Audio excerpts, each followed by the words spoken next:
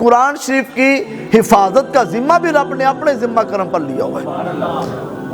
یہ رب کے ذمہ کرم پہ ہے قرآن شریف کی حفاظت۔ ہلاکو خان کا دور تھا جب اس نے بغداد شریف پہ حملہ کیا، اور ہلاکو خان وہ ظالم بادشاہ تھا جس نے بغداد شریف میں 3,50,000 مسلمانوں کو شہید کیا تھا، 3,50,000 مسلمانوں کو شہید کیا، یعنی وہ مسلمانوں کے لیے موت کا پیغام بن کے آیا تھا بغداد شریف کے اندر۔ اور اتنے مسلمانوں کا خون اس وقت اس نے بہایا کہ دریائے دجلہ کا جو پانی ہے وہ پانی نظر نہیں تھا آتا، وہ مسلمانوں کا خون نظر آتا تھا۔ اتنی کثرت سے اس نے مسلمانوں کو شہید کیا، اور پھر وہ اتنا ظالم تھا،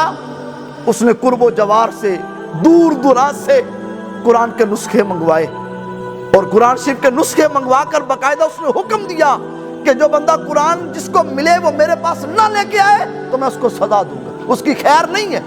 لوگ ڈرتے ہوئے قرآن کے نسخے جب اس کو دیے، اس ظالم نے ایک جگہ قرآن شریف کے نسخوں کو جمع کیا، اور اللہ اکبر، اس نے سارے قرآن شریف کے نسخوں کو آگ لگا دی۔ اس نے جب آگ لگا دی، قرآن شریف کے اوراق کو جلا دیا، قرآن مجید کے اوراق جل گئے، تو اس نے خاک اٹھا کے دریائے دجلہ میں اس کو پھینک دیا،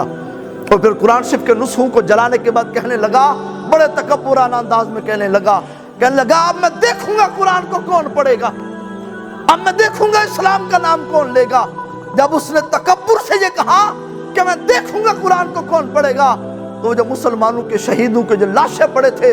ان میں سے ایک 6 سال کا بچہ، وہ زخمی بچہ کھڑا ہوا، اس نے اٹھ کے قرآن کی تلاوت شروع کر دی۔ اور یہ قرآن کا ایجاد ہے، 6 سال کا بچہ وہ قرآن پڑھنا اس نے شروع کر دیا، اور ہلاکو خان کو کہنے لگا ہلاکو خان تو نے قرآن کے اوراق کو تو جلا دیا، قرآن کے اوراق تو مٹا دیے، لیکن ہمارے سینوں سے تو قرآن کو نہیں مٹا سکتا۔